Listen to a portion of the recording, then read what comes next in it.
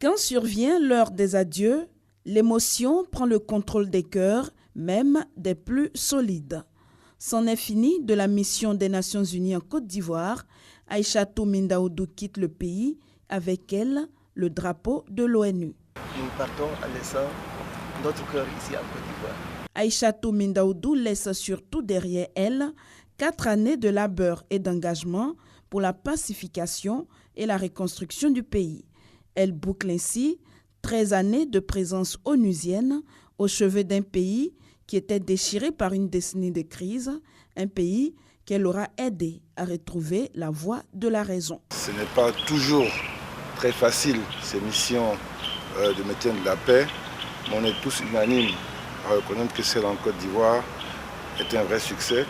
Et 13 ans après, cette cérémonie symbolique qui marque la fin de la mission de l'ONU nous interpelle, nous, dirigeants ivoiriens et populations ivoiriennes, à poursuivre ce travail entre nous afin que nous puissions consolider cette paix qui est indispensable au développement de notre pays, qui est indispensable à la réduction de la pauvreté, qui est l'enjeu majeur, le défi principal de tous nos pays en voie de développement.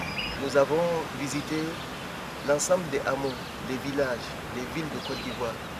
Et à l'occasion de ces différentes visites, les populations ivoiriennes ont marqué leur engagement résolu à tout mettre en œuvre pour que la paix revenue en Côte d'Ivoire soit maintenue. Donc, Monsieur le ministre, je voudrais aussi, en retour, exprimer toute la gratitude de l'ensemble de mes collègues à l'ONUCI, mais également de l'ensemble de mes prédécesseurs pour la disposition du gouvernement et des populations ivoiriennes à œuvrer pour le retour de la paix en Côte d'Ivoire et aussi à faire en sorte que la stabilité et la cohésion sociale puissent être durables. L'opération des Nations Unies referme ses portes, mais l'ONU reste présente en Côte d'Ivoire, comme dans tous les États membres, à travers son équipe pays.